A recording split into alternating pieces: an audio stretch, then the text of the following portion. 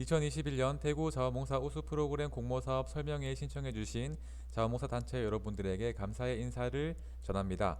코로나19로 인하여 비대면으로 진행하게 된 점 양해 부탁드리겠습니다.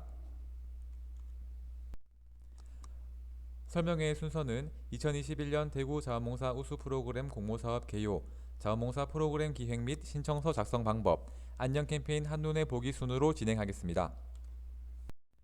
공모사업은 활동 지원을 통하여 자원봉사 프로그램 개발 유도와 자원봉사 단체의 역량 강화를 통해 자원봉사 문화를 확산시키는 것에 목적이 있습니다. 지원의 규모는 한 개 단체당 한 개 사업을 최대 400만원 이내로 지원합니다. 지원은 자원봉사 활동 사업비로 지원이 되며 사업비의 사용은 자원봉사를 하는 봉사자의 인건비, 봉사단의 운영에 필요한 지출, 소모성이 아닌 자산으로 남게 되는 장비를 구입하는 용도로는 사용이 불가하며 사업에 필요한 소모성 재료비와 같은 직접적인 경비로 사용이 가능합니다. 사업 추진 일정입니다. 2월 5일 시행 공고를 시작으로 약 한 달간 사업 신청서를 접수하게 되고 이후 심사및 선정, 협약 체결식 진행 후 4월부터 9월까지 6개월에 걸쳐 사업이 진행됩니다. 사업 종료 후 대구의 각 구군에서 제출된 공모사업 선정단체의 결과 보고서들을 종합 심사하여 12월 대회에서 시상하게 됩니다. 자격 요건은 접수일 기준 1365 자원봉사 포털에 등록된 회원이 20명 이상인 단체 대상입니다. 20명 이상으로 구성된 단체를 대상으로 하는 이유는 자원봉사 프로그램을 기획하고 진행하는 데 있어서 원활한 활동의 가능 여부를 파악하기 위함입니다. 20명 미만의 단체인 경우에는 센터 홈페이지 공고문에 첨부된 증빙 서류를 작성하여 신청서와 함께 제출해 주시면 접수가 가능합니다. 그리고 사업비 외 활동에 필요한 경비를 자부담을 할 수 있는 단체를 대상으로 합니다. 지원 제한 내용입니다.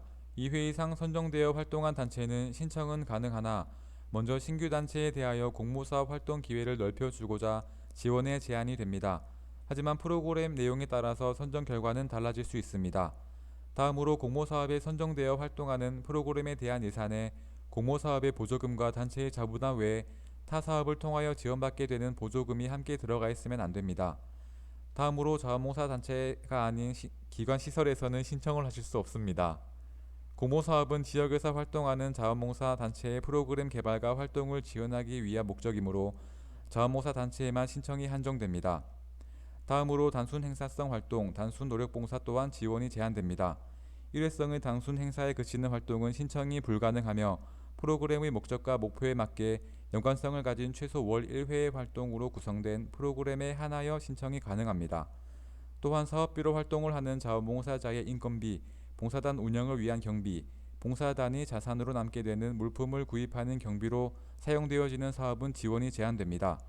사업비는 프로그램에 필요한 소모성 재료 구입과 같은 직접적인 경비로 사용이 되어야 합니다. 마지막으로 단체에서 자체적으로 자원봉사 프로그램을 개발을 하고 활동을 하도록 하는 것이 목적인 공모사업인 만큼 기존에 진행 중인 사업을 그대로 진행한다든지 이전에 신청하여 진행을 했었던 내용으로 재신청하는 경우에는 지원이 제한됩니다. 사업 신청서 접수는 약 한 달간 진행이 되며 자원봉사센터로 원본과 함께 심사 자료집 제작을 위해 한글 파일까지 이메일로 제출해야 합니다. 신청서 및 관련 양식은 센터 홈페이지 공지사항에서 확인할 수 있습니다. 공모사업의 범위는 자원봉사활동 기본법에 나와 있는 내용과 같습니다. 다만 국제협력 및 해외봉사활동은 제외가 되는 점을 참고해 주시기 바랍니다. 지원단체는 3월 말 선정되고 선정단체는 협약서 작성 및 사업 진행과 관련하여 세부적인 설명이 진행되는 협약식에 필참해야 합니다. 사업비 교부는 수정계획서 접수 후 4월 초 집행 예정입니다. 사업비의 사용은 투명한 사업비 사용을 위하여 체크카드 사용을 원칙으로 합니다. 사업비는 활동에 소요되는 실비로 지출이 가능합니다.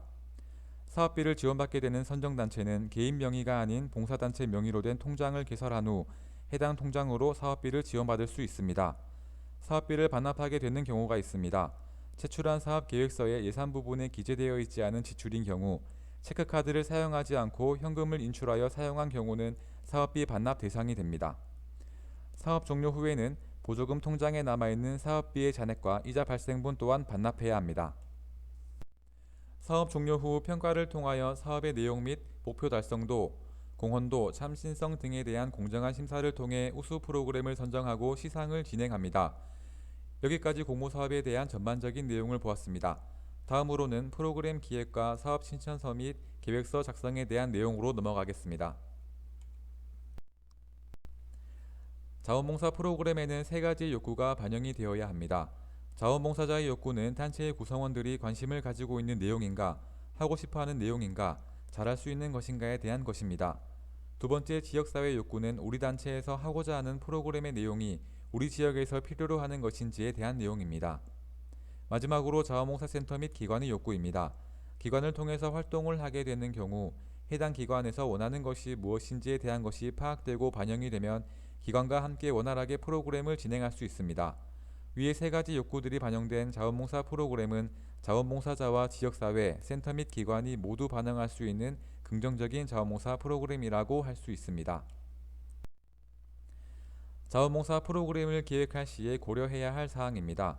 앞서 말씀드린 기획의 핵심과 관련된 사항들이 들어가 있으며 그 외에 같은 지역 내의 유사한 프로그램과 비교했을 때 우리 단체가 가지는 차별화에 대한 내용, 상호협력, 활동을 진행하게 되었을 때 필요한 인적 물적 자원들에 대한 조사 등을 고려해야 합니다. 신청서 작성법입니다. 사업명은 신청서를 볼 때 가장 먼저 마주하게 되는 내용으로 사업의 전체적인 느낌과 내용에 대한 인상을 결정짓게 됩니다. 프로그램명은 간단 명료하게 작성을 하되 세부 내용을 포함할 수 있도록 고민하여 작성해야 합니다. 세부 사업 내용은 전체 프로그램 안에 구성된 활동에 대하여 간략하게 적으면 됩니다. 총 사업비는 프로그램에 필요한 총 예산을 작성하고 총 예산에서 지원을 받고자 하는 금액을 보조금에, 그 외 단체에서 부담할 금액은 자부담의 항목에 작성하면 됩니다. 단체 등록사항에서 등록일자는 1365 자원봉사 포털에 등록된 자원봉사 날짜를 기입하고 전체 회원수는 단체에서 활동하는 전체 인원을 기입하면 됩니다. 1365 회원수의 경우는 1365 자원봉사 포털에 등록된 회원수를 적으면 됩니다. 이와 관련된 내용은 자원봉사센터에서 확인이 가능합니다. 공모사업은 1365 자원봉사 포털에 등록된 단체를 대상으로 하기 때문에 등록하지 않은 단체는 센터로 문의하여 공모사업 신청서를 접수하기 이전에 단체 등록을 해야 합니다. 다음은 단체 소개서 작성입니다. 이 부분은 이 단체가 신청한 프로그램을 수행할 수 있는 역량을 가지고 있는 단체인가에 대하여 판단할 수 있는 근거가 됩니다. 회원수를 작성하실 때 1365 자원봉사 포털에 등록된 회원으로 인원을 작성해야 합니다. 1365 홈페이지에 등록이 되어 있지 않은 인원은 회원수에서 제외가 되니 단체 회원분들의 1365 홈페이지를 통한 단체 가입 여부를 확인해야 합니다. 이것과 관련해서는 센터로 문의하시면 확인이 가능합니다. 조직 부분은 단체의 내부 상황에 맞게 해당 표와 내용을 수정하여 작성해도 됩니다. 신청서를 모두 작성하게 되면 사업계획서를 작성하게 되는데 화면에서 보시는 것과 같이 프로그램명부터 기대효과까지 작성을 하게 됩니다. 첫인상이 되는 프로그램명, 우리의 프로그램을 왜 해야 되는지, 왜 필요한지에 대한 내용이 담긴 문제인식 및 필요성, 이 프로그램을 신청하기 위해서 어떤 과정을 거쳤는지에 대한 내용, 프로그램을 통해 무엇을 달성할 것인가, 그리고 어떤 내용이 담겨 있는가, 어디에 사업비를 사용할 것인가, 최종적으로 어떤 변화를 가져올 것으로 기대하는지에 대한 내용들로 구성되어 있습니다. 먼저 프로그램명은 사업 신청서에서 가장 먼저 보게 되는 것으로 사업을 나타내는 간판이라고 할 수 있습니다. 프로그램명은 어떤 사업인지에 대하여 알 수 있도록 목표를 잘 표현해야 합니다. 누가 읽어도 어렵지 않고 어떤 내용으로 구성되어 있는지 생각이 들 수 있게끔 만들어져야 합니다. 그리고 어둡지 않게 밝은 분위기와 느낌이 담긴 단어를 선택해야 프로그램 전체에 대한 이미지 또한 밝고 긍정적이게 됩니다. 프로그램명은 부제를 활용하여 만들어 볼 수 있고 최근 유행하는 TV 프로그램이나 유행어를 활용하는 방법, 그 외에 밝고 재미있는 느낌을 강조하여 이름을 만들기도 합니다. 문제인식 및 필요성은 지역사회 내에서 무엇이 문제이고 이를 해결해야 하는 이유에 대한 내용이 작성되어야 합니다.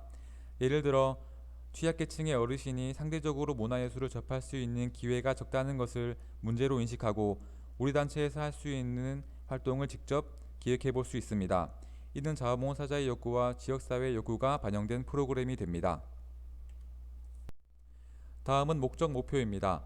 목적은 이 프로그램을 통해서 무엇을 변화시킬 것인가 하는 것이고 목표는 목적을 달성하기 위한 세부 행동이라고 생각해 주시면 됩니다. 그리고 목적과 목표를 작성하실 때에는 부정적인 관점에서 쓰시는 것보다는 긍정적인 관점에서 표현해 주시는 것이 좋습니다. 부정적인 인식을 감소한다 라고 적기보다는 긍정적인 인식을 증가시킨다 라고 적어주시는 것이 좋습니다. 예를 들어 지역아동센터의 아동을 대상으로 프로그램을 진행한다고 했을 때 아동들의 우울감을 감소시킨다 라고 적기보다는 자존감을 향상시킨다 라는 식의 긍정적인 표현을 사용하시는 것이 좋습니다. 또한 명료하고 구체적인 표현을 사용하시는 것이 중요합니다. 추상적이고 함축적으로 작성을 하시게 되면 그것을 해석하는 사람에 따라서 다르게 이해할 수 있고 그로 인해 단체의 의도와는 다르게 프로그램의 목적을 다르게 볼 수 있는 부분이기 때문에 구체적으로 적어주시는 것이 좋습니다. 프로그램의 개요는 프로그램에 대하여 전반적으로 파악할 수 있는 내용들로 구성됩니다. 참여 인원은 자원봉사자와 서비스 대상이 총 몇 번을 함께 활동하는지에 대한 누적 인원을 적으면 됩니다. 예를 들어 봉사자 5명과 아동 5명이 함께 활동을 하고 총 10번의 프로그램이 진행된다면 총 100명의 인원을 적으면 됩니다. 활동 내용과 추진 방법은 사업 내용에 대한 내용을 구체적으로 적으면 되는데 단체에서 작성하기 편한 방법으로 표나 서술식 등으로 작성하면 됩니다. 자원봉사 활동 장소는 우리 단체가 활동하게 되는 장소를 적으면 됩니다. 예를 들어 기관이면 기관, 범어역에서 활동한다면 범어역, 활동하는 곳이 확실하게 정해지지 않았다면 수성구 지역 일대로 적으면 됩니다. 자원봉사 서비스 대상은 프로그램을 통하여 자원봉사를 받게 되는 분만 포함되는 인원으로 참여 인원을 적은 부분에서 자원봉사자를 제외한 인원입니다. 예를 들어 봉사자 5명과 아동 5명이 함께 활동을 하고 총 10번의 프로그램을 진행한다면 자원봉사자를 제외한 아동 5명이 10번의 활동을 한 누적 인원인 50명을 적으면 됩니다. 일정별 세부 추진 계획은 4월부터 9월까지 각 월별로 활동에 대한 인원, 장소, 내용을 구체적으로 적으면 됩니다. 기대 효과는 이 프로그램을 통해서 대상자들과 자원봉사자에게 어떤 변화를 줄 것인가, 어떤 효과를 가져다 줄 것으로 생각하는지에 대해서 적어주시는 부분입니다.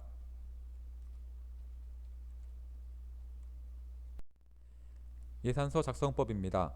봉사단에서 프로그램을 진행하는 데 소요되는 총 금액을 적는 부분입니다. 보조금은 지원을 받아서 사용할 부분을 적으면 되고 자부담은 보조금 외에 단체에서 추가로 필요한 물품이나 운영에 필요한 경비를 단체의 자체 부담으로 사용하는 부분을 적으면 됩니다. 자부담은 사업에 대한 단체의 활동 의지, 책임감을 보기 위한 것으로 전체 사업비의 10% 이상으로 책정을 하고 사업을 진행해야 합니다. 너무 포괄적이지도 너무 구체적이지도 않게 예시와 같이 작성을 해야 어떤 물품을 몇 해에 걸쳐 구입할 것인지 구체화됩니다.